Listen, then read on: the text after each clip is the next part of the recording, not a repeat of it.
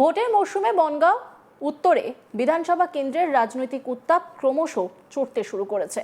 প্রচার অভিযানকে ঘিরে একের পর এক সংঘর্ষ অভিযোগ এবং পাল্টা অভিযোগে অশান্ত হয়ে উঠছে বনগাঁ পুরসভার 14 নম্বর ওয়ার্ড। আসন্ন ভোটে এলাকায় রাজনৈতিক প্রভাব বিস্তারকে কেন্দ্র করে বৃহস্পতিবার ফের উত্তেজনা ছড়ালো বিজেপি ও তৃণমূল কংগ্রেসের মধ্যে। পরিস্থিতি এমন পর্যায়ে পৌঁছায় যে বনগাঁ থানার সামনে রাস্তায় বসে অবস্থান বিক্ষোভে বসেন বিজেপি প্রার্থী অশোক কীর্তনিয়া। বৃহস্পতিবার সকালে বনগাঁ পুরসভার 14 নম্বর ওয়ার্ডে নির্বাচনী প্রচারে যান বনগাঁ বিধানসভা উত্তর বিধানসভা কেন্দ্রে বিজেপি প্রার্থী অশোক কীর্তনিয়া ও তার দলীয় কর্মী সমর্থকরা। স্থানীয় বাসিন্দাদের সঙ্গে কথা বলা, প্রচারপত্র বিলি এবং ভোট প্রচার কর্মসূচি চলছিল স্বাভাবিকভাবে, কিন্তু কিছুক্ষণের মধ্যে পরিস্থিতি উত্তপ্ত হয়ে ওঠে বলে অভিযোগ বিজেপি শিবিরের।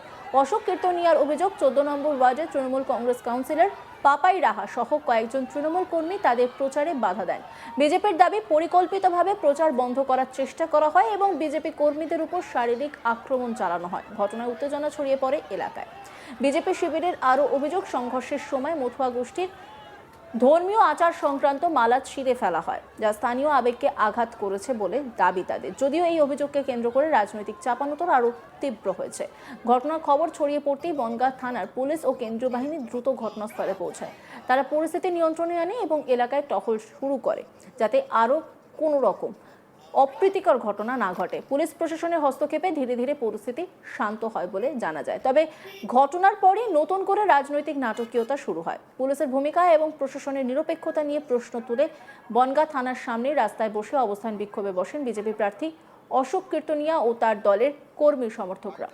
দীর্ঘ সময় ধরে চলা এই অবস্থান বিক্ষোভে বিজেপি নেতৃত্ব অভিযোগ করে তাদের গণতান্ত্রিক প্রচার অধিকারকে বারবার বাধা দেওয়া হচ্ছে। অশোক কীর্তনিয়া কি বলছেন শোনাব আপনাদের।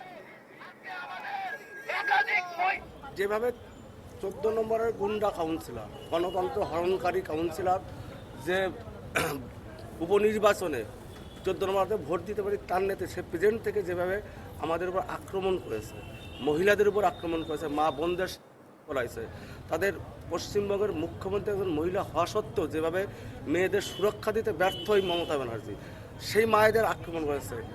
মতুয়াদের গলার আচারমালা ছিঁড়ে দিয়েছে, আমার নিজের গলার আচারমালা ছিঁড়ে দিয়েছে এই পাপাই রাহার দুই ভাই পাপাই রাহার থেকে, ঠিক আছে।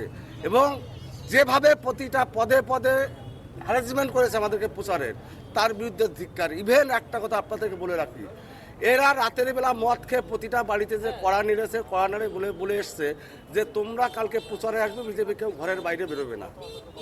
আটকাতে পারেনি 14 নম্বর জনগণকে। 14 নম্বর জনগণ ওকে শিখিয়ে দেবে। 24-এও শিখিয়েছে, 26-এ ধুলিস্বৎ করে দেবে। আজকে যেটা করলো এটা আপনার মিলিয়ে নেবেন।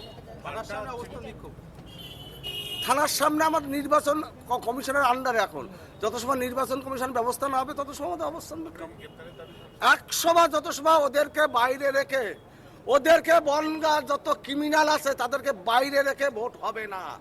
যদি স্বচ্ছ নির্বাচন করতে চান নির্বাচন কমিশন, যারা ক্রিমিনাল বনগাঁ তৃণমূলের পলিটিক্যাল ক্রিমিনাল যে কজন আছে প্রত্যেককে জেলের ভিতরে ঢুকিয়ে রেখে তবে নির্বাচন করতে হবে, নতুবা এখানে সুষ্ঠু নির্বাচন হবে না।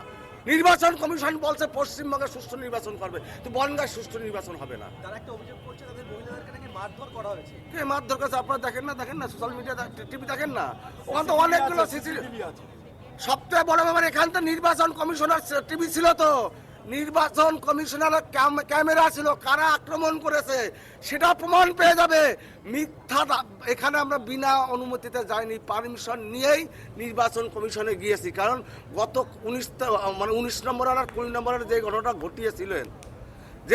ঘটিয়েছিল তার জন্য নির্বাচন কমিশনের পারমিশন নিয়েই আমি 14 নম্বরে ঢুকেছিলাম। অন্যদিকে তৃণমূল কংগ্রেসের পক্ষ থেকে সমস্ত অভিযোগ অস্বীকার করা হয়েছে। 14 নম্বর ওয়ার্ডের স্থানীয় মহিলাদের একটি অংশের দাবি, গত 5 বছরে এলাকায় বিধায়ককে তারা খুব একটা সক্রিয়ভাবে দেখেননি, সেই কারণেই তারা তার কাছে জবাবদিহি চেয়েছিলেন। তাদের বক্তব্য অনুযায়ী প্রশ্ন তোলার সময় পরিস্থিতি উত্তপ্ত হয়ে ওঠে এবং তারপরে সংঘর্ষের সূচনা হয়। সীমা সরকার তিনি কি বলছেন শোনাবো। আমরা বিধায়কের কাছে আমরা শুধু দুটো প্রশ্ন করবো, বলে আপনারা গন্ডগোল করেন, আমরা গন্ডগোল করবো না, আপনারা একটু সাইডে দাঁড়ান। আমরা সাইডে দাঁড়িয়েছি, যখন ওনারা পরপর চলে যাচ্ছে, যখন আমাদের বিধায়ককে দেখতে পেলাম যে উনি হবে বিধায়ক, আমরা কোনোদিন চিনি না। ওনাকে দেখে তখন আমরা বুঝতে পারলাম। তখন যখন আমি গেছি তখন আমাকে অশোক কৃষ্ণের সামনে যখন আমি গেছি উনি আমাকে এরকম ঠেলে সরিয়ে দিয়ে বলছে কি সরে যান বলে আমার গায়ে হাত দিয়ে এরকম ঠেলে দিয়ে সবার ফার্স্ট আমাকে গায়ে হাত দিয়ে ঠেলে দিয়েছে। সেটা হচ্ছে কি ওই বুধ ঘোষের বাড়ির সামনে পুকুরপাড় হচ্ছে মাঠের পাশে যে গলি দিয়ে বেড়াচ্ছে সেইখানে সবার প্রথম পুলিশ আর হচ্ছে আর্মি যারা ছিল তারা আমাদেরকে আটকেছে, আমরা সাইডেই দাঁড়িয়েছিলাম। তারপরে ওরা ঠেলে দিয়ে তারপরে আমাদেরকে কতগুলো মহিলা নিয়ে এসেছিল, তারা আমাদেরকে মেরেছে, গায়ে হাত দিয়েছে। তৃণমূলের পাল্টা দাবি বিজেপি ইচ্ছাকৃতভাবে ঘটনাকে রাজনৈতিক রং দিচ্ছে এবং সহানুভূতি আদায়ের চেষ্টা করছে। তাদের বক্তব্য, এলাকায় শান্তি বজায় ছিল এবং বিজেপি কর্মীরাই প্রথমে উত্তেজনা তৈরি করে পরিস্থিতি অস্থির করে তোলে। পাপাই রাহা তিনি কি বলছেন শোনাবো আপনাদের। প্রথম কথা মিডিয়াকে বলি, 5 বছর তারা বিধায়করা পায়নি। এলাকার মানুষ বিধায়কের কাছে তারা কথা বলতে পারে, জনপ্রতিনিধি তিনি, তার সাথে তারা কথা বলতে পারে। প্রথম কথা, সেখানে আমি উপস্থিত ছিলাম না, সেখানে আমি ছিলামও না। আমি এলাকার জনপ্রতিনিধি হিসেবে আমি জানতে পারি অশোক কীর্তনিয়া বাইরের থেকে কিছু লোক নিয়ে সেন্ট্রাল ফোর্সকে ব্যবহার করে যেসব মহিলারা তার কাছে জানতে চান যে আপনি 5 বছরে কোনোদিন আমাদের কাছে আসেননি, কোনোদিন আমাদের সুখ-দুঃখে থাকেননি, আপনি ভোটের সময় ভোট চেতে আসছেন কি মুখে?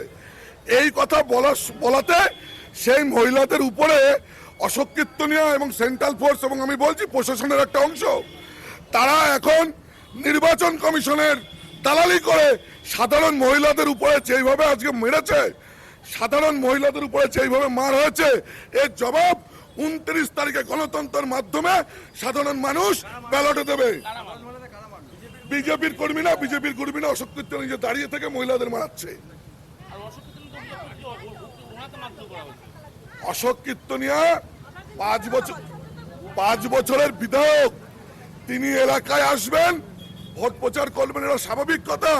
কিন্তু তার পরিস্থিতি এরকম যে তার এলাকায় আসতে গেলে তার নিজস্ব সেন্ট্রাল ফোর্স, 100-র উপরে সেন্ট্রাল ফোর্সের কোম্পানি এবং পুলিশকে নিয়ে তার এলাকায় ঢুকতে হচ্ছে।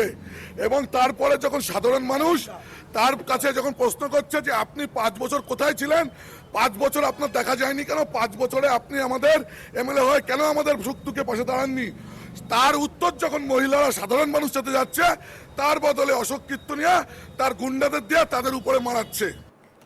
এই ঘটনাকে ঘিরে বনগাঁ উত্তর বিধানসভা কেন্দ্রে ভোটের আগে রাজনৈতিক সংঘাত আরো ঘনীভূত হলো বলে মনে করছেন স্থানীয় পর্যবেক্ষকরা। প্রশাসনের পক্ষ থেকে পরিস্থিতির উপর নজর রাখা হচ্ছে এবং নতুন করে যাতে কোনো অশান্তি না ছড়ায় সেই বিষয়ে সতর্কতা জারি করা হয়েছে।